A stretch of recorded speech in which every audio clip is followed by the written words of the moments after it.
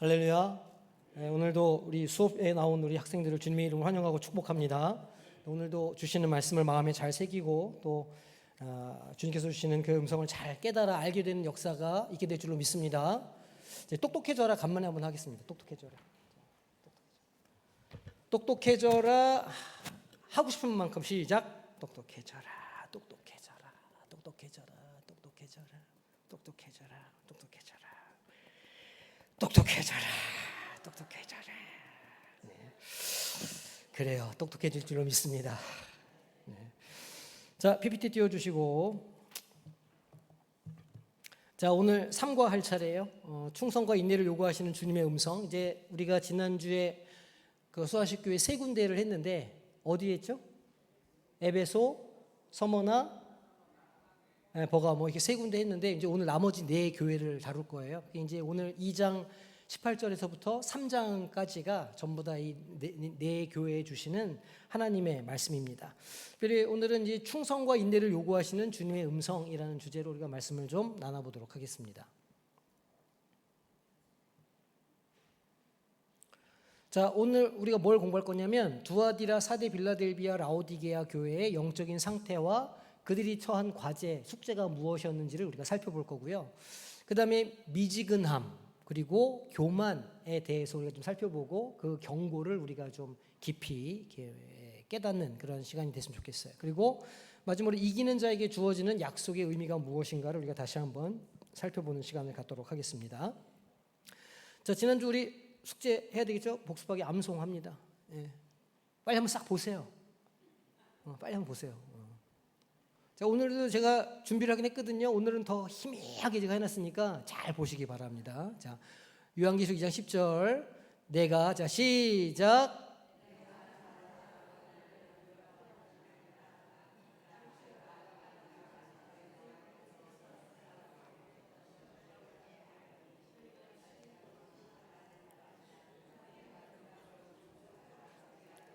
생명의 면류관을 내게 주리라. 아멘. 예.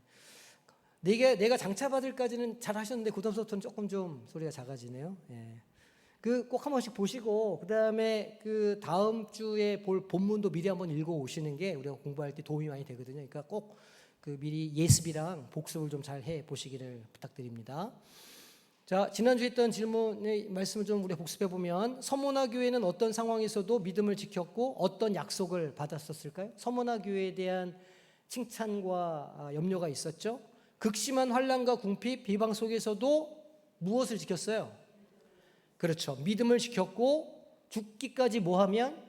맞아요. 충성하면 생명의 간을 주시겠다는 약속을 받았다 말씀드렸어요. 서모나가 무슨 뜻이라고 그랬죠? 이즈미르, 서모나 무슨 뜻이라고 그랬어요? 몰약. 몰약이 나무 진인데 그걸 보통 뭐 향신료로도 쓰고 방부제로도 쓰고 소독약으로도 쓰고 그런다고 말씀드렸죠.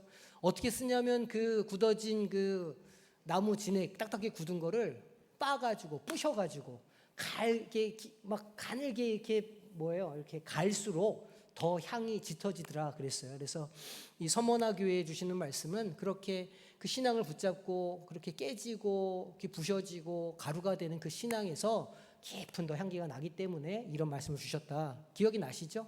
서머나 하면 모략 이렇게 딱 떠오르시면 돼요. 서머나 모략 이렇게 모략이 향기가 진하더라 이렇게 기억하시면 됩니다. 자, 두 번째 에베소 교회와 버가모 교회를 향한 예수님의 책망이 뭐였죠? 그렇죠. 에베소 교회는 처음 사랑을 버렸다는 거예요. 이게 무슨 의미였죠? 처음 사랑을 버렸다는 게 처음에 그 하나님께 우리가 갖고 있었던 뜨거운 어떤 그런 마음, 열정, 다짐 이런 게 있었는데 그게 이제 시간이 지나면서 이렇게 형식적이 되고 속에는 다 식어버리고 겉모양만 남은 이런 모습이 에베소 교회의 처음 사랑을 버린 모습이라 이제 이렇게 제가 말씀을 드렸었어요. 그리고 버가모 교회는 세상과 타협하게 하는 발람과 니골라당의 뭐를 용납했죠? 교훈을 용납했어요. 발람의 교훈과 니골라당의 교훈이 있었는데 그게 뭘까요? 발람은 뭐 하는 사람이죠? 민수기 보면 이스라엘 민족에게 우상 숭배를 가르치고 우상의 제물을 먹게 하고 여자들과 여사제들과 행음하게 하는 일들을 발람이 했잖아요. 그러니까 이제 비유적으로 말하는 거예요. 니골라당은 어떤 사람들이라고 그랬어요? 저기 유도리를 좀 가지고 좀 타협도 하고 편안하게 해. 이렇게 대충 좋은 게 좋은 거야. 이렇게 하는 그 혼합주의를 가리키는 게 니골라당이라 그랬죠. 근데 이 버가모 교회에 이 발람과 니골라당의 교훈을 받아들인 사람들이 있었다더라. 왜 그걸 받아들였다 그랬어요? 워낙에 핍박이 심하니까. 막 죽고 막 이런 일들이 너무 끔찍한 일들이 일어나니까 아마도 이런 교훈들이 더 힘을 얻었을 것이라 제가 이렇게 말씀을 드렸습니다. 기억나시죠? 네. 제가 이거 할 때마다 꼭 물어보는 질문이 있어요. 기억나시죠? 이렇게. 네. 기억할지어다. 네. 자, 오늘 말씀 보도록 하겠습니다. 자, 오늘 우리가 본문을 읽었는데 살아있지만 죽어있는 자, 그리고 미지근한 사람들을 향한 경고가 오늘 말씀에 이렇게 담겨 있습니다. 자, 오늘 우리가 다룰 게 2장 후반부부터 3장까지는 나머지 네 교회 어디예요? 그렇죠. 두아디라, 사대, 빌라델비아, 라오디게아 교회. 자, 쓰세요. 좀 기다릴게요. 두아디라, 사대, 빌라델비아, 라오디게아 교회를 향한 하나님의 메시지를 오늘 우리가 공부를 해볼 겁니다.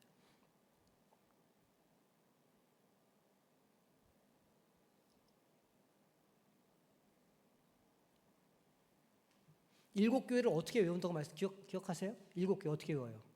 에서보두 사빌라. 자, 시작. 에서보두 사빌라. 다시 시작. 에서보두 사빌라. 에서보두 사빌라. 에서보두 사빌라. 그게 이제 순서예요. 에베소, 서머나, 버가모, 나온 두아디라, 사대, 빌라델비아, 라오디게아. 에서보두 사빌라. 이렇게 이제 외우시면 돼요. 자, 그래서 첫 번째 이제 두아디라 교회를 향한 네 번째죠. 순서상 네 번째 교회에 대한 말씀인데 이 교회는 어떤 말씀을 주셨냐면 사랑과 믿음 그리고 뭘 칭찬하셨을까요? 섬김을 칭찬했다는 거예요. 그러니까 여기 이 두아디라 교회는 어쨌든 굉장히 그 사랑도 있고 또 믿음도 있어 보이고 서로 섬기기도 하는 굉장히 그 화목하고 아주 잘 이렇게 공동체가 이루어져 있는 교회였어요. 그렇게 보였어요. 근데 음행과 우상 숭배를 가르치는 거짓 선지자 누구요? 그렇죠. 이세벨을 용납한 문제로 책망을 받았어요. 그러니까 이세벨도요, 그 니골라당이랑 비슷해요. 니골라당이랑 발람이랑 이세벨이랑 다 비슷한 그런 주장들을 하거든요. 그래서 우리가 이 두아디라 교회에 대해서 좀 자세하게 좀 살펴보겠습니다. 자, 두아디라 교회가요, 일단 루디아의 고향이에요. 자주장사 루디아 기억나시죠? 네, 루디아의 고향인데 이 자주장사라는 게 자주색 옷감을 파는 사람을 말해요. 자주장사라는 게 자주색 옷감을 파는, 그러니까 퍼플 그 천을 파는 그런 비단 장사였는데 왜 루디아가 이게 유명했느냐? 이 두아디라가 염색업, 직조업이 이제 천 짜는 거예요. 직조업, 그다음에 청동을 제조하는 걸로 유명한 도시였대요. 이 두아디라가. 근데 그러니까 당연히 상업과 제조업이 발달하는 그런 도시였겠죠. 상업, 제조업 이런 게 발달하면 그 동네에 뭐가 많아진다고요? 지난주에 배웠죠, 우리. 길드, 조합이 많아질 수밖에 없어요. 그래서 무슨 조합. 사람들이 길드를 통하지 않으면 그 산업 생활, 일반 그 경제 생활을 할 수가 없는 거예요. 그거에 가입을 안 하면. 그러니까 이제 그런 게 굉장히 발달을 했던 거예요. 그리고 원래 이 자주옷감이 왕의 색깔이거든요. 예수님께 홍포를 입혀드렸다 이렇게 하는데 홍포가 자주색 옷을 말해요. 왜냐하면 이 자주색 물감이 자주색으로 염색할 수 있는 그 염료가 어디 나냐면 성경에 나오는 두로에서 나오는 조개. 근데 조개라기보다는 약간 다슬기 비슷하게 생긴 것 같아요. 제가 찾아보니까. 근데 그 다슬기에서만 그 자주색 염료가 좀 나온다는 거예요. 굉장히 극소량, 미소량이 나와가지고 이게 희소하니까 주로 누가 이것으로 옷감에 물을 들여가지고 옷을 입었느냐? 왕들이. 희귀하니까. 그러니까 자주색 옷을 입으려면 돈을 엄청 줘가지고 그렇게 그 자주색 옷감을 사야 되는 거예요. 그래서 이제 그렇게 자주색 옷감들이 왕이나 이런 사람들만 입는 색깔이었는데 그러면 루디아 여기 두아디라는 왜 이게 자주 장사가 유명해졌느냐면 그 조개를 안 쓰고 식물 뿌리를 가지고 이 색깔을 만드는 신기술이 두아디라에서 생겨났다는 거예요. 그래서 이 두아디라에서 나오는 이 자주 색깔은 약간 더 붉은기가 도는 자주 색깔이래요. 좀 더 빨간색이 강한 자주빛 홍포를 만들었는데, 이거는 이제 왕들보다는 좀 돈 많은 귀족들, 구하기가 좀 쉬우니까, 수월하니까, 그러니까 귀족들이 이거를 되게 많이 사 입었다고 그래요. 그러니까 막 비싸서 못 사던 건데, 왜 그런 거 있잖아요. 막 명품인데 막 가면 막 몇 천만 원씩 해. 이런 못 사. 근데 쫙 보니까 한 500 정도 해. 그러면 이제 막 사람들이 사요. 이건 좀 살만하다 이렇게 해가지고 그런 거죠. 그러니까 진짜 비싼 자주색 홍포는 못 사 입는데, 그러니까 조금 싸고 비슷한 색깔의 이 두아디라에서 나오는 이 천은 굉장히 많이 소비를 했던 거예요. 그래서 이 루디아가 돈을 엄청 버는 거 아닙니까? 그래서 빌립보에 있으면서 막 바울도 도와주고 막 이런 일들을 하게 되었다는 거예요. 두아디라가 옷감으로 유명하구나, 이걸 딱 기억하고 계셔야 돼요. 자, 여기 이세벨이 나오거든요. 이세벨이 원래 어디 나옵니까? 이세벨이 원래 누구 아내예요? 아하방의 아내였잖아요. 이게 시돈 땅의 왕이었던 엣바알이라는 건 바알을 섬기는 자라, 그런 뜻이에요. 그러니까 시돈 땅의 엣바알은 우상 숭배를 하는 이방 나라 왕이었어요. 근데 아하방이 이제 이렇게 주변 국들과 화친을 하려고 뭘 했냐면, 이렇게 막 정략 결혼을 막 한 거예요. 근데 그 중에 이제 이세벨이 굉장히 좀 아주 그 독한 그런 여자였던 거죠.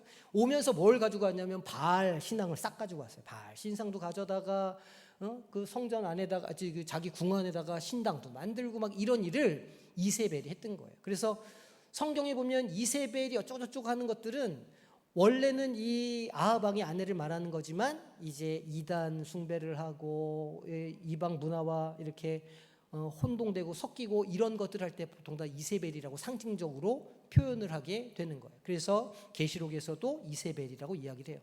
유명한 얘기 있죠. 나봇의 포도원을 어떻게 했어요? 빼앗았잖아요. 죽여가지고 빼앗고 막 이렇게 굉장히 그 포악한 그런 여자였던 거죠. 행음과 우상 제물을 용납하는 그런 아주 상징적인 인물인 거예요, 이 이세벨이. 그런데 지금 이세벨을 용납했다, 이 두아디라 교회 말씀을 하시는 거예요. 이게 어떤 의미냐면, 그러니까 교회 안에 뭔가 자꾸 그 이방 문화들, 야 괜찮아, 그거 좀 해도 돼, 이렇게 그거 조금 좀 그 길드 우리가 먹고 살아야 되니까 그 길드 조합원들 모여가지고 그 신상 참배하는 데 가가지고 절해. 왜냐하면 우리 먹고 살아야 되니까. 이렇게 하면서 이제 자꾸 그런 걸 이렇게 해라 이렇게 했던 거죠, 누군가가.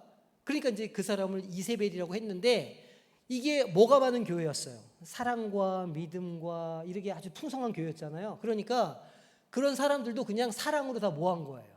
그냥 품어준 거예요. 그러니까 이제 좀 잘못하고 뭐 이런 거는 좀 지적하고 이렇게 좀 길을 바로 잡아야 되는데, 그냥 다 사랑으로 덮고 다 받아주고 포용해주고 그랬던 거예요. 그랬던 것 같아요. 그러니까 이제 이 두아디라 교회 안에 결국은 우상을 숭배하게 되고 우상 제물을 먹게 되는 일이 교회 안에 벌어지게 됐던 겁니다. 그래서 그 사람을, 그렇게 하는 사람을 보고 이세벨이라 이렇게 칭해서 말씀을 하시는 거예요. 그러니까 생존을 위한 길드 활동을 해라라고 얘기를 했던 거죠. 조금 해도 된다. 이게 조금 우리가 변질돼도 된다. 요 정도는 우리가 용납해서 그렇게 해도 된다라고 이야기를 했던 겁니다. 세속과 타협한다는 것의 상징이고요. 그 진리 위에 서지 못했던 거죠. 근데 이제 어떤 사본을 보니까 어떤 얘기가 나오냐면, 그 감독의 아내였다, 이런 이야기가 있어요. 두아디라 교회 감독의 부인이었다, 이세벨이. 어떤 사본에 그런 설명이 붙어 있어가지고, 그 정도 되면은 교회에서 함부로 어떻게 하기가 쉽지 않을 거 아닙니까? 말하자면 제 처가 막 이렇게 와가지고 막 이렇게 하면은 성도들이 그거를 이렇게 입을 대기가 쉽지가 않잖아요. 아마 그런 상황이었던 것 같아요. 그래서 그냥 교회가 굉장히 그 이세벨이라고 불리는 어떤 한 사람 때문에 어려운 가운데 있었다는 거죠. 그래서 이것에 대해서 하나님께서 지적하시고 옳지 않다라고 말씀을 하시는 거예요. 본질을 벗어나게 된 거죠. 그러니까 사랑도 있고 믿음도 있고 이렇게 다 그래 보여요. 근데 정작 그 핵심에 뭐가 있냐면 우상 숭배가 있는 거예요. 겉으로는 막 사람 사랑하는 것처럼 막 너무너무 좋은데 막 파고 들어가니까 하나님을 믿는 게 아니에요. 말씀 위에 서 있지 않아요. 근데 종종 그럴 때가 우리도 있다는 걸 우리가 알아야 됩니다.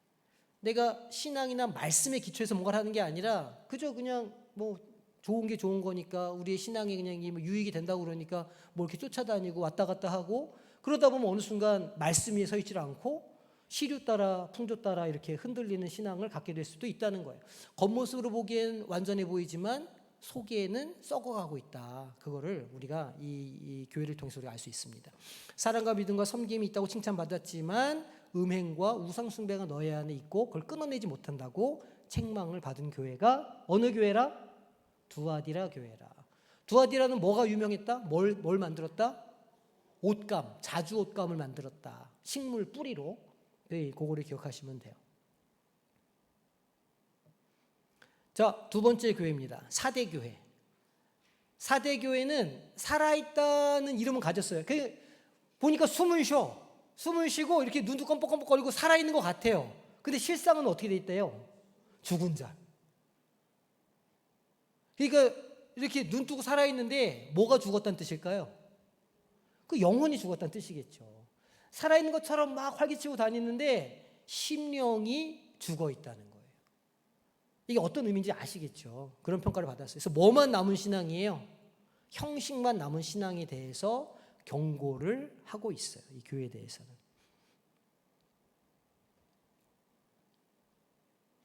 이 사대교회도 조금 자세히 살펴볼게요. 사대교회는요, 이제 사르디스라고 하는, 지금도 사르디스라는 곳이 있거든요. 여기가 어땠냐면, 그 고대 리디아 왕국의 수도였어요. 그러니까 이제 고대에 왕국이 있었는데 거기 수도였으니까 좀 잘 사는 곳이었겠죠. 왕국이 수도가 돼 있었으니까 뭐 이렇게 저렇게 인프라도 잘 갖춰져 있고 꽤 살만한 도시였던 거예요. 근데 여기도 뭐가 유명하냐면 직물과 귀금속과 여기는 사금이 유명해. 그러니까 개천에서 금이 나요. 금. 그러니까 그 금을 이렇게 해가지고 사금을 모아서 뭘 만들었을까요? 장신구를 만들었겠죠. 최초로 금화를 만든 곳이 이 사르디스, 사대래요. 그러니까 금화가 이제 고대 시대에 유통됐는데 그 제일 먼저 금화를 만든 곳이 사대였다. 그러니까 사대에 뭐가 많이 났다는 거예요? 사금이, 금이 풍부했다는 거예요. 그래서 여기가 마이다스의 손이라고 불리는 그 전설의 근원지예요. 왜 우리 마이다스의 손이다 이런 표현 쓰죠? 뭐 하면 일이 막 되게 잘 되고 막 이렇게 되는 걸 보고 우리가 저 마이다스의 손을 가졌어 이렇게 이야기를 하잖아요. 그런 이야기를 합니다. 그 마이다스라고 그래요. 그걸 마이다스 손이라고 불러요. 그거를. 자, 마이다스가 이제 그 그리스 로마 신화에 나오는 미다스라고 하는 사람인데 이 사람이 어느 날 그 디오니소스가 포도주의 신이에요. 포도주의 신 이렇게 그리스 로마 신은 포도를 들고 있는 사람이 있거든요. 술잔을 들고 있거나 그게 다 디오니소스인데 디오니소스의 아버지를 구해줍니다. 이 마이다스가. 그러니까 디오니소스가 너 소원이 뭐야? 내가 소원을 들어줄게 이렇게 했어요. 근데 이 미다스가 탐욕이 많은 사람이었어요. 그래서 뭐라 했냐면 내 손을 금을 만드는 손으로 바꿔주세요 한 거예요. 내가 되는 것마다 다 금으로 바뀌게 해달라 그런 거예요. 그래서 디오니소스가 그 소원을 들어줘요. 그래서 그 이후부터는 이 미다스가 되는 것마다 다 뭘로 바뀌어요? 금으로 바뀌는 거예요. 막 꽃병 잡으면 꽃병 금으로 바뀌고 그런 은혜를 누리기를 원하십니까? 막 변하는 거예요. 근데 문제가 생겼어. 밥을 먹으려고 숟가락을 뜨니까 밥이 어떻게 돼요? 금으로 변하는 거예요. 먹고 살 수가 없어요. 그래서 막 점점 이제 고통스러워지는 거죠. 되는 것마다 금으로 변하니까 먹을 수도 없어. 근데 사랑하는 딸이 막 달려가지고 안았는데 딸이 어떻게 됐을까요? 금으로 변했어요. 그래가지고 절망에 빠져가지고 다시 디오니소스에게 가요. 그래서 나의 이거를 제발 좀 다시 가져가 달라. 나 그냥 평범한 삶을 살게 해달라 막 빌어요. 그래서 디오니소스가 그러면 저기 그 니네 집 옆에 있는 냇가에 가서 목욕을 좀 해. 무슨 얘기랑 비슷하죠. 목욕을 해 이렇게 했어요. 그래서 미다스가 거기 강에 가가지고 목욕을 합니다. 목욕을 하면서 그에게 있던 그 금가루와 금의 능력이 다 어디에 뿌려졌을까요? 그 냇가에 뿌려졌다는 거예요. 그래서 거기에서 뭐가 채취가 된다? 사금이 채취된다. 그래서 얘기를 하는 거예요. 이게 디오니소스고 만지는 걸 모든 것이 다 금이 되게 해줬는데 음식도 못 먹고 딸이 금으로 변해요. 그래가지고 팍툴루스 강에서, 제가 팍툴루스 강을 찾아봤다는 거 아닙니까? 그러니까 우리 방문했던 고기고 그 두아디라 그 체육관 짐 옆으로 조그만 개천이 하나 흐르더라고요. 그게 그 강이에요. 팍툴루스 강에서 씻고 회복이 돼서, 그래서 그 강에서 사금이 나오더라, 그런 얘기입니다. 그러니까 사대는 뭘 기억해야 되냐면, 사대 교회는 그 냇가에서 뭐가 나왔다? 사금이 나왔다. 그래서 그 금으로 잘 살았을까요? 못 살았을까요? 겁나게 잘 살았죠. 거기 체육관 가보면 으리으리해요. 그 몇천 년 전에 세운 그 체육관이 엄청 큽니다. 거기서 막 씨름도 하고 막 이제 그렇게 했다는 겁니다. 그러니까 잘 살고 있는 곳이고 번쩍번쩍한데 마치 겉으로 보기엔 화려하고 뭐가 있어 보이는데 실상 그 심령은 어떻게 돼 있다고요? 죽어 있다고. 그러니까 사대교회는 금처럼 번쩍이지만 알맹이는 다 썩어 있는 교회다, 이렇게 기억하시면 돼요. 화려함 이면에 생명력이 없는 교회였다는 거예요. 화려해 보이지만 실상은 죽은 자와 같았고 잘못된 교훈 위에 서 있었다 그래요. 성경을 보니까 뭐라고 써 있냐면 어떻게 받았으며 어떻게 들었는지를 기억하라. 니네가 무엇을 받았는지, 어떤 가르침을 들었는지, 무엇을 배웠는지 잘 기억하고 그 말씀대로 살아야 된다 그랬는데 그 말씀을 잃은 거예요. 신앙생활이, 우리 믿음 생활이 말씀을 잃고 말씀에 서 있지 않으면요, 그 흔들리는 그 모래 위에 지은 성과 같거든요. 그래서 조금만 어려움이 닥치면 어떻게 돼요? 쓸려가는 거예요. 그래서 항상 믿음은 말씀 위에 서 있어야 돼요. 하나님의 말씀 위에 서서 말씀 위에서 기도하고 말씀 위에서 신앙생활하고 말씀 위에서 우리가 믿음을 가져야 흔들리지 않는 믿음을 가질 수 있다. 이걸 기억을 하셔야 됩니다. 역시 이 교회도에서 세속과 타협을 했다는 거예요. 진리 위에 서지 못했다. 이게 사대 교회가 가지고 있었던 특징이에요. 자, 두아디라는 뭘 기억하라고 그랬어요? 두아디라, 누구의 고향? 루디아의 고향. 거기서 무슨 천을 만들었어요? 자주색 천을 만들었어요. 식물 뿌리로. 이제 그걸 기억하면 연결이 되고, 지금 여기 사대 교회는 강에서 뭘 채취했다? 사금을 채취했다. 그 금으로 여러 가지 금장식도 만들고 장사도 하고 잘 살았다, 그 동네가. 하지만 그 번쩍번쩍한 것 이면에 그 심령은 다 죽어가고 있었더라, 이 얘기예요. 정리가 되시죠? 자, 그러면 이제 빌라델비아 교회예요. 빌라델비아는 책망이 없어요. 칭찬만 들은 교회예요. 칭찬만 들은 교회. 어떤 능력을 가졌을까요, 이 교회가? 작은 능력을 가졌어요. 이 작은 능력을 가졌다는 게 뭘까요? 되게 부유했냐? 아니에요. 막 엄청난 성령의 역사가 있었냐? 아니에요. 그럼 거기에 무슨 뛰어난 그 목회자 지도자가 있었느냐? 없었어요.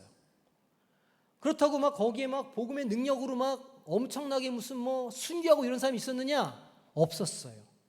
그래서 작은 능력을 가졌다 얘기하는 거예요. 그런데 작은 능력을 가졌지만 어떻게 했대요? 말씀을 지켰다는 거예요. 지금 앞에 두 교회는 뭘 못 지켰다 그랬어요? 말씀을 못 지켰거든요.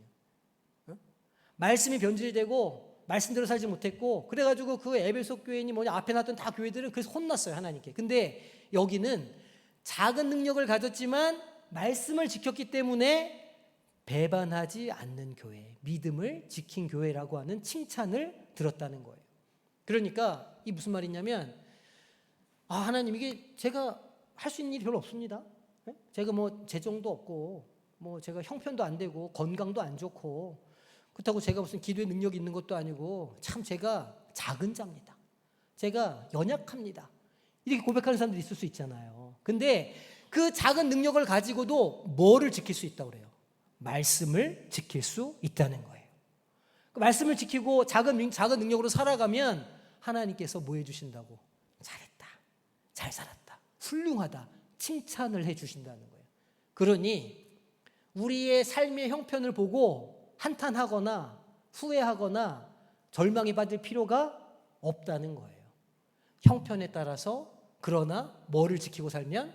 주신 말씀을 지키고 살면 우리는 칭찬받는 신앙인이 된다. 그런 교회가 될 수 있다. 이렇게 믿으시면 되겠습니다. 빌라델비아 교회도 조금 좀 자세하게 살펴보면 여기 교회는요, 아주 특별한 게 있어요. 지진이 잦았대요. 지진. 빌라델비아는 지금도 지진이 잦다고 그래요. 그래가지고 우리가 그 성지순례 가보니까 굉장히 큰 기둥으로 성전이 그 교회가 서 있었는데 그게 다 무너졌어요. 굉장히 큰 기둥이 서 있었던 교회인데 기둥도 6개가 있었던 게 다 무너지고 2개밖에 안 남았어요. 굉장히 두꺼운 기둥인데 지진이 많았던 데가 빌라델비아예요. 그러니까 지진이 잦으니까 사람들이 두렵잖아요. 무섭잖아요. 그 건축물들이 막 세우면 무너지면 다시 재건하고 무너지면 다시 재건하고 이런 일들을 수도 없이 반복을 한 곳이 빌라델비아 교회예요. 그리고 또 여기가 내륙으로 들어가는 관문 도시이기도 해요. 관문 도시이기도 한 거예요. 그러니까 문인 거죠, 문. 그래서 뭐라고 그러시냐면 열린 문을 너에게 주겠다 이렇게 약속을 하시거든요. 성경을 보면 전도와 선교의 문을 열어주시겠다는 뜻이에요. 내가 너희 빌라델기아를 통해서 작은 믿음을 가지고 있지만 말씀을 지켰기 때문에 열린 문을 두어서 내 복음이 너희를 통해서 흘러가게 하겠다라고 하는 약속을 주시는 거예요. 또 어떤 문이냐? 구원의 문이죠. 내가 열면 닫으리가 없다 말씀하셔요.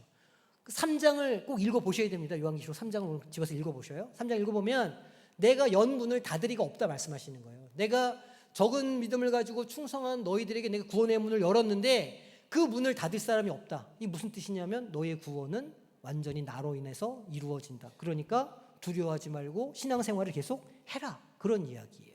구원의 문을 열어주신다.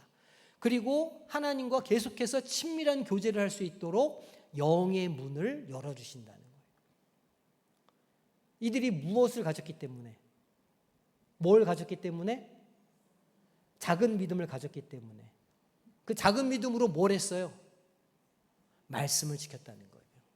그렇게 하니까 하나님께서 전도의 문도 열어주시고 그들의 구원도 확증해 주시고 그 다음에 영의 문도 열어주셔서 하나님과 날마다 교제하며 살아갈 수 있도록 복을 더해 주셨다는 겁니다. 너희를 위해서 성전 기둥이 되게 해주겠다 이렇게 말씀하시거든요. 지진이 나면요. 지진이 나면 뭐가 무너질까요? 막 지진이 나. 그러면 지진이 나면 뭐만 남아요 나중에? 기둥만 남아요. 기둥만. 기둥도 몇 개 넘어가고 몇 개 기둥만 남는 거예요. 그래서 어디 가보면 맨 기둥밖에 없어요. 딴 건 아무것도 없어. 바닥에 다 쓰러지고 없어져가지고 기둥밖에 없는데 기둥만 남는 거예요. 근데 하나님께서 뭐라고 하시냐면 성전 기둥이 되게 해주시겠다 이렇게 말씀하시거든요. 성전 기둥이 되게 해주시겠다. 이게 무슨 의미냐? 그냥 이 사람들은 늘 지진을 달고 살던 사람들이었으니까 그 건축물이 얼마나 허약한지를 잘 알아요. 이 사람들은. 우리가 아무리 튼튼히 세워도 한번 흔들리면 다 무너지는 걸 알고 있는 사람들이에요. 근데 하나님께서는 너희들을 성전 기둥으로 세워주시겠다 영적인 의미로 말씀해 주시는 거예요.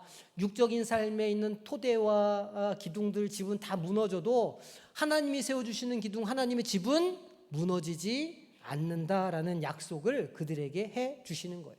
니네가 살고 있는 집은 무너지고 땅은 무너져도 너희들의 영혼은 너희들의 구원은 무너지지 않는다 약속을 해 주시는 거예요. 그리고 영원한 거처를 너희에게 주겠다는 약속이 되는 거죠. 무너지지 않으니까 영혼의 집은 우리는 거기서 도망갈 필요가 없어요. 왜냐하면 이 사람들은 맨날 무너지면 나가고 다른 집으로 이사 가야 되고 다시 세워야 되고 이랬단 말이에요. 그래서 늘 어디로 도망가는 게 일상이었던 사람들인데 다시는 나가지 아니할 거다라는 약속의 말씀을 주시는 거예요. 빌라델비아 교회. 빌라델비아 교회는 뭘 기억하시면 되냐면 지진이 많았던 교회구나. 그래서 기둥만 남고 다 무너지는 곳이구나. 이거를 기억하시면 돼요. 자, 두아디라는 뭘 기억하라고 그랬어요? 두아디라. 자주천, 자주직물. 그 다음에 사대는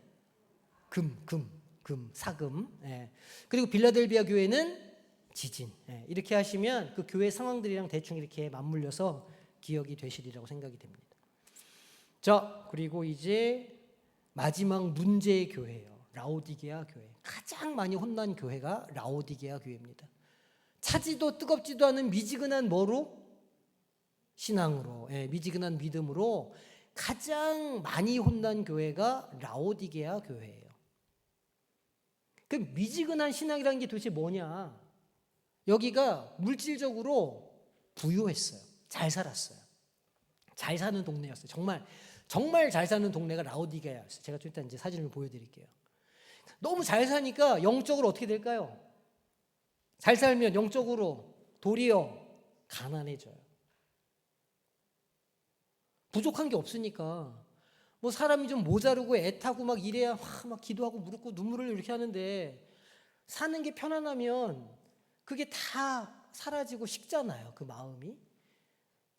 그러니까 이제 가끔씩 하나님이 이렇게 병을 주셔요. 너무 편하면. 아프면 또 어떻게 해요? 또 열심히 우리 기도하고 막 하나님께만 나가는 거예요. 우리의 신앙을 다시 한번 회복시키시기 위해서. 근데 이 교회가 아주 부요하니까 영적으로 가난해지고 우리는 신앙생활 잘하고 있어라고 교만했다는 거예요. 자, 라오디게아라는 이름이요. 백성을 심판한다, 백성의 심판이다, 공이다 이런 뜻이 있어요. 그러니까 라오디게아 교회를 좀 하나님이 심판하시잖아요. 그러니까 약간 중의적이에요. 라오디게아라는 이름도 백성의 심판, 백성의 공의 이런 뜻이거든요. 근데 사실은 이게 안티오쿠스 2세, 그러니까 황제, 그 셀류쿠스 왕조 황제 2세 아내의 이름이 라오디게아예요. 그러니까 이제 이 도시를 셀류쿠스 왕조가 점령한 다음에 이 왕이 그 도시 이름을 자기 아내 이름 딱 붙이고 자기 아내한테 이 도시를 말하자면 준 거예요. 그러니까 제가 이제 말하자면 청학동을 은주동이라고 바꾼 거예요. 이름을 은주동. 여기는 내 아내의 도시다. 이렇게 은주동 이렇게 한 거예요. 진짜는 아니고요. 근데 그런 거랑 똑같은 거예요. 지금 이게. 그래서 그 아내 이름을 라오디게아 이름을 거기다 갖다 붙인 거예요.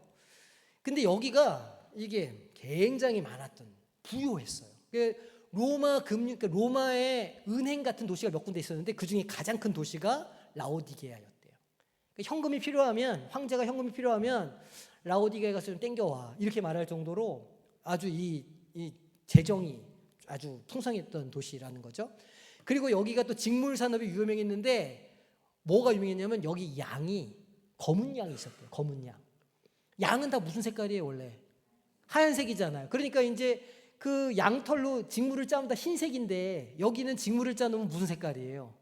검은색 그 뭐죠? 양털 그게 울이잖아요. 울.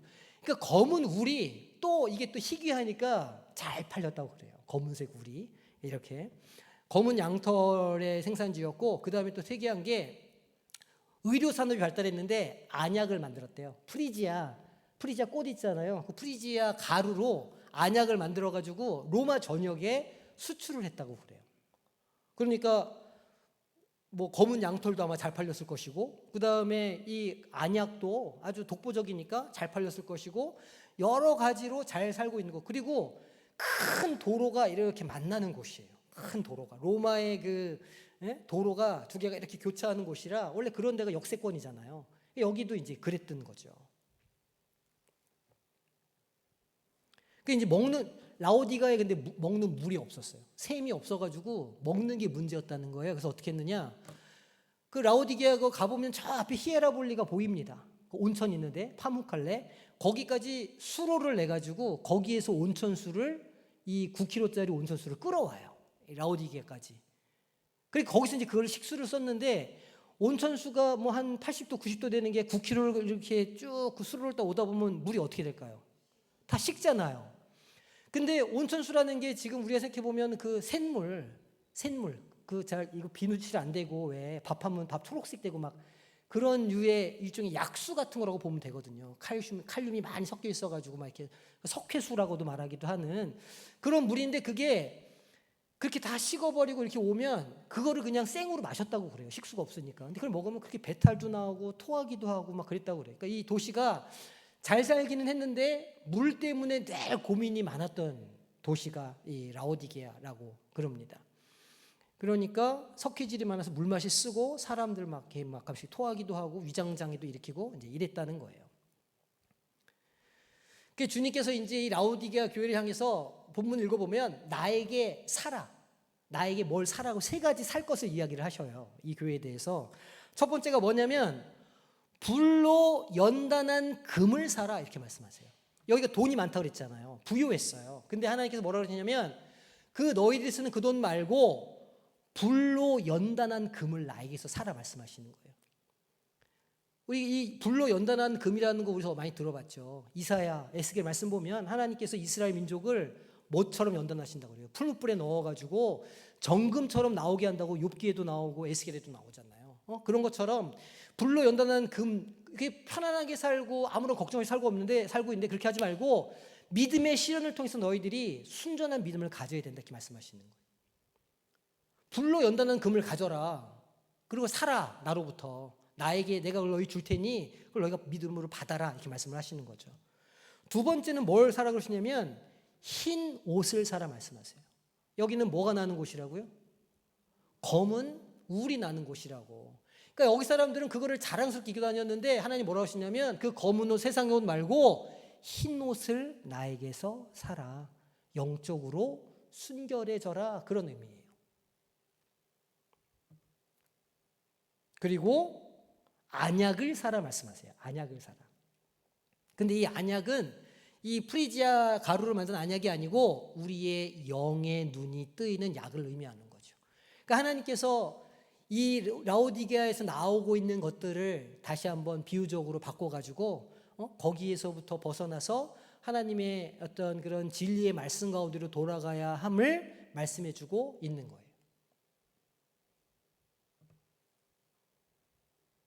그러니까 라오디게아에 주신 말씀은 그러면 이제 우리가 이해가 돼요.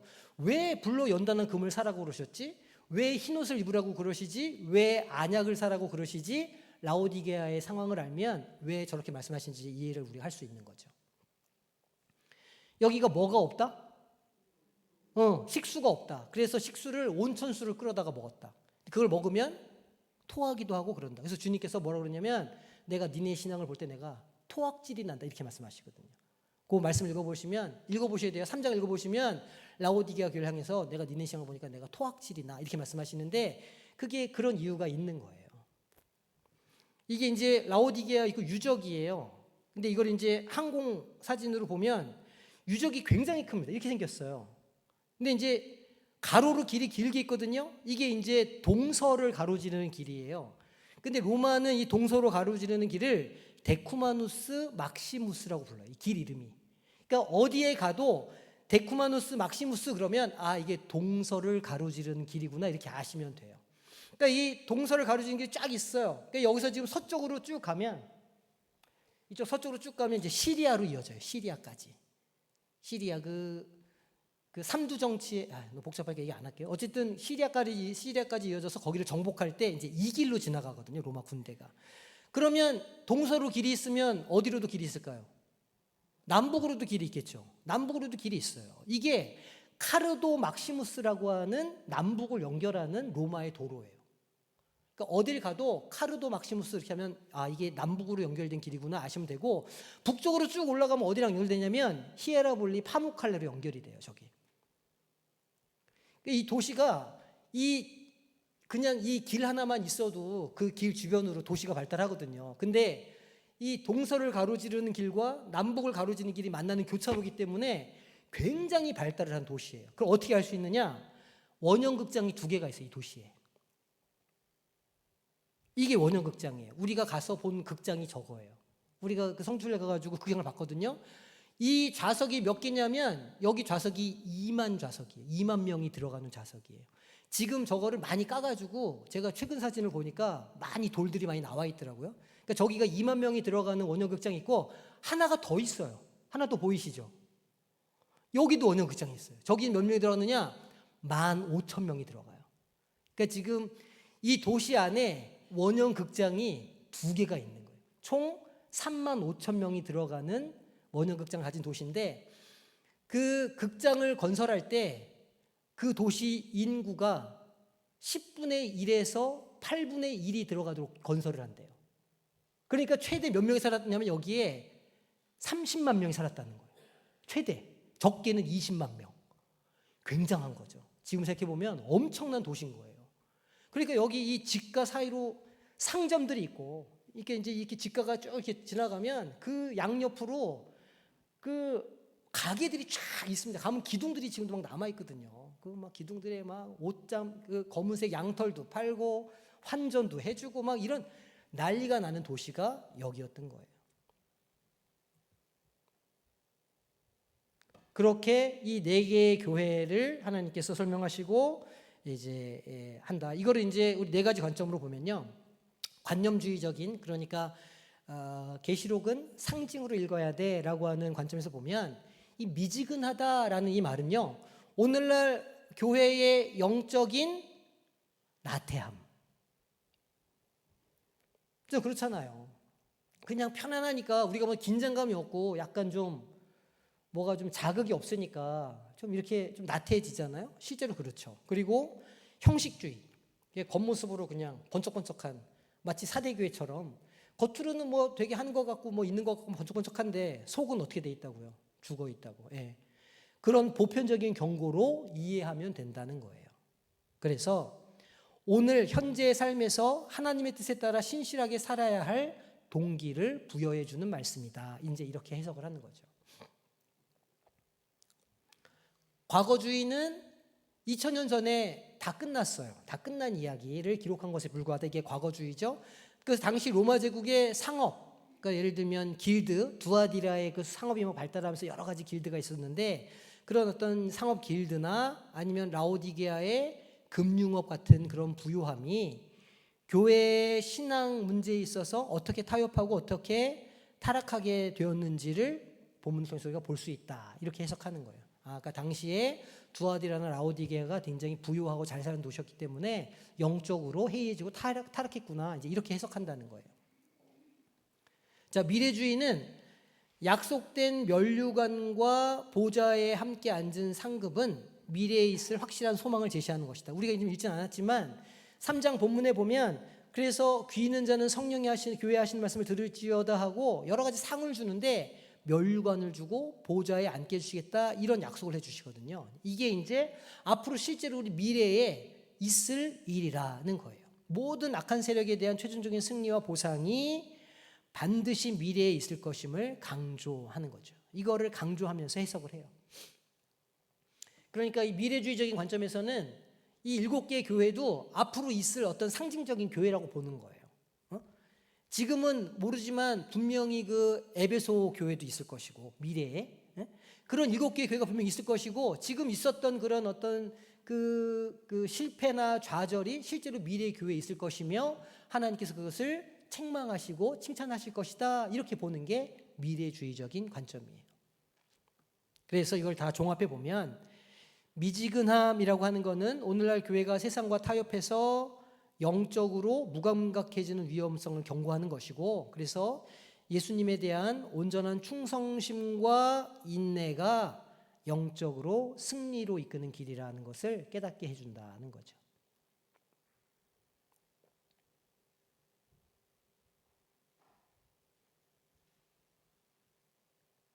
신천지는 어떻게 하느냐, 이세벨을 기존 교회 목사님, 저 같은 사람들이 이세벨이라 뭐 니골라 당이라 이렇게 이제 찍는 거예요. 뭐 신천지를 비판하고 신천지를 탈퇴했거나 그렇게 해서 하시는 분 몇 분 계시거든요. 그럼 그게 이세벨이다, 그게 이제 니골라 당이다, 그게 뭐 발람이다, 이런 식으로 이제 해서 자기네들의 그걸 이제 지키려고 그렇게 하고 있습니다.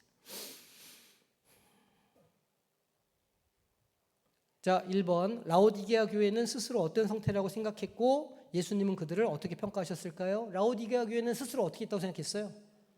나는 부자라, 나는 부유해, 나는 잘하고 있어, 나는 괜찮아, I'm okay 했지만 예수님은 그들이 어떻다고요?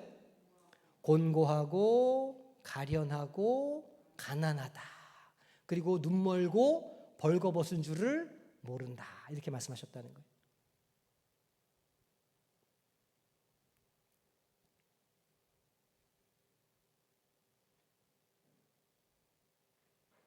자, 2번, 빌라델비아 교회는 어떤 칭찬과 약속을 받았죠?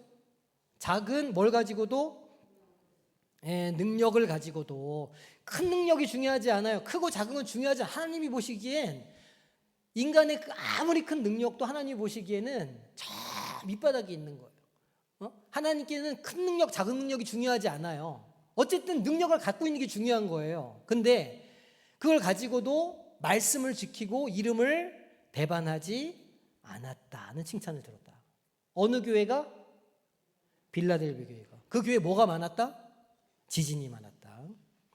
그래서 시험의 때를 면하고 하나님의 성전에 기둥이 되게 해주시겠다는 약속을 받았죠. 흔들리지 않는 믿음을 허락해 주신다, 그런 의미예요. 기둥 그러면 빌라델비아 교회, 딱 생각하시면 돼요. 자, 3번. 사대교회가 살았다는 이름을 가졌지만 사실은 죽은 교회라고 평가를 받았는데 왜 그랬어요? 겉으로는 교회의 형태를 갖추고 있었어. 이 교회구나. 보니까 교회예요. 예배도 드리고 수요기도회도 하고 뭐 철야도 있고 주일날 예배도 드리고 뭐 구역모 있고 다 있는 것 같아. 형식을 갖추고 있어요. 근데 실제로는 믿음에 뭘 잃었어요? 생명력을 잃었다는 거예요. 그래서 막 타협해가지고 세상과 타협해가지고 하나님 앞에 거룩하고 순결한 행위가 다 없었다는 거죠. 형식만 남고 본질을 잃어버린 상태의 교회였다.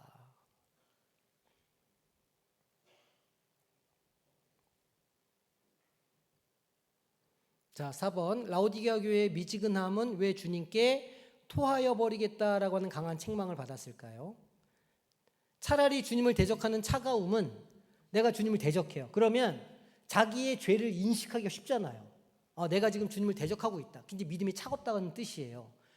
그 차가우면 회개할 수 있잖아요. 내가 차가운 사람이야 그러면 난 회개할 수 있는 인지가 되잖아요. 근데 미지근하면 이게 어떤 뜻이냐면 자신의 영적인 상태를 모른다는 의미예요. 영적으로 만족하고 있다는 거예요. 하나님께서 보시기엔 한참 모자르고 회개도 해야 되고 이럴 판인데 정작 본인은 깨닫지도 못하고 알지도 못한다는 거예요. 그게 미지근함의 문제죠. 그것을 교만이라고 표현하기도 하고 자기 기만이라고 말해요. 자기 기만이 뭐예요? 자기를 속이는 거예요. 막 내 삶에 여기가 막 썩어 들어가고 있는데 난 괜찮아 이렇게 하는 거 자기 기만이거든요. 그런 신앙을 라오디게아 교회가 가지고 있고 그걸 미지근함이라고 표현하고 계셔요. 그리고 미지근 거 내가 먹으면 다 토해버리겠다 이렇게 말씀하시는 거예요. 회개 가능성이 없기 때문에 더 위험해요. 더 혼내시는 거죠.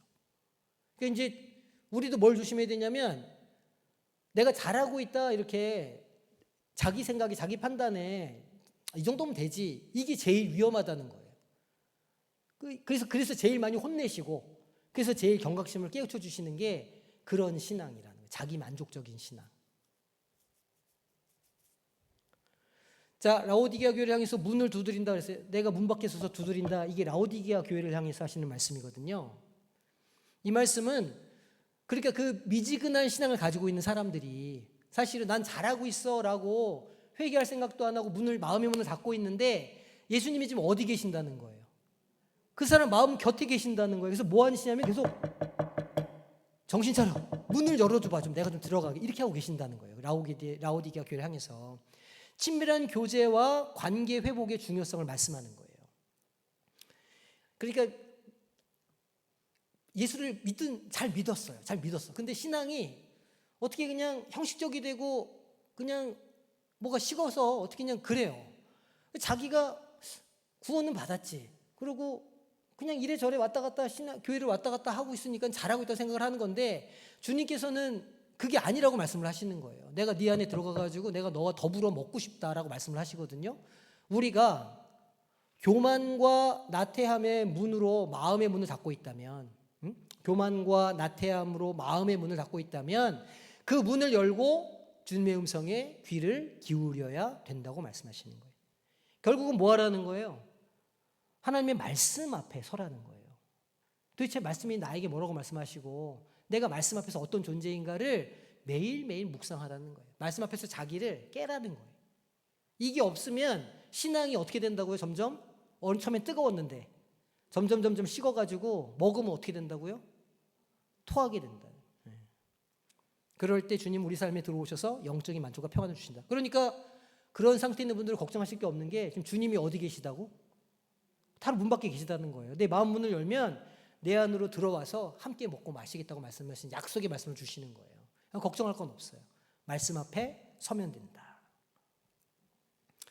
자, 빌레델비아 교회처럼 작은 능력을 가졌다고 우리가 느낄 때가 많잖아요. 그럼 우리는 어떻게 하나님을 기쁘시게 하는 삶을 살 수 있을까? 나는 능력이 작은데. 하나님은 우리의 능력이나 업적보다 뭘 보시는 분이에요? 중심을 보시는 분이시죠. 여기서 중심이라는 건 우리의 마음을 뜻해요. 우리의 마음, 우리의 그 정직함, 우리 심령 깊은 곳에 있는 그것을 보신다는 거예요. 비록 능력이 부족하고 연약하다고 느낄지라도 어디에서? 주어진 자리에서, 나에게 맡겨주신 사명 그 자리에서, 크든 작든, 네? 나에게 맡겨주신 그 사명의 자리 있어요. 내가 뭐 가정주부다, 아니면 회사에서 일하는 직장인이다, 학생이다, 뭐다 할 것 없이 나에게 주어진 그 자리에서 그 작은 능력을 붙잡고 하나님의 말씀 위에 서면 하나님의 말씀을 끝까지 지키고, 그리고 어떤 상황에서도 예수님의 이름을 부인하지 않는 충성의 모습을 보일 때 하나님이 기뻐하신다. 우리가 막 큰 일을 하고 엄청 많은 사람을 전도하고 막 이거로 하나님이 기뻐하시는 게 아니라 그 삶에 있는 자리에서 작은 충성을 가지고 말씀을 지키려고 애쓰며 노력하는 그 삶을 기뻐하신다는 거예요. 하나님을 기쁘시게 해드리기가 쉬울까요? 어려울까요? 그런 면에서는 쉽죠. 무슨 대단한 일을 해야 되는 게 아니니까. 그러니까 주어진 환경에서, 주어진 환경, 다 지금 주어진 환경 속에 사시죠? 주어진 환경에서 말씀 지키면서 그 말씀에 충성하는 그 태도가 하나님을 기쁘시게 한다는 거예요.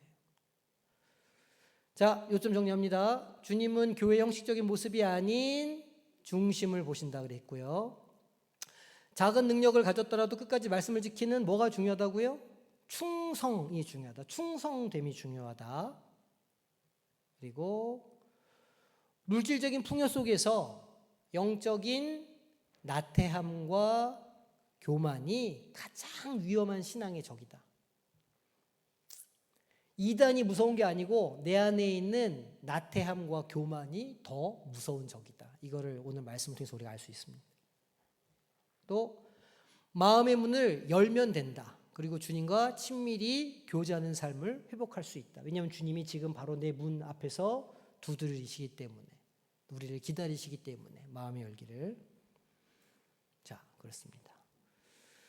자, 암송 구절 우리 한 목소리를 읽을게요. 자, 요한계시록 3장 20절 말씀. 자, 시작. 볼지어다 내가 문 밖에 서서 두드리노니 누구든지 내 음성을 듣고 문을 열면 내가 그에게로 들어가 그와 더불어 먹고 그는 나와 더불어 먹으리라. 아멘. 마음이 어떤 사람에게 주는 말씀이라고요? 마음이 미적지근한 사람한테 주는 말씀이라. 마음이 미적지근한 사람, 어느 교회? 미적지근해요. 어느 교회? 라오디게아. 자주장사, 어느 교회? 어느 교회요? 루아디라. 사금. 사대. 그래. 이제 그렇게 외우시면 됩니다. 자, 고생하셨습니다. 자, 교회 소식 전해드릴게요.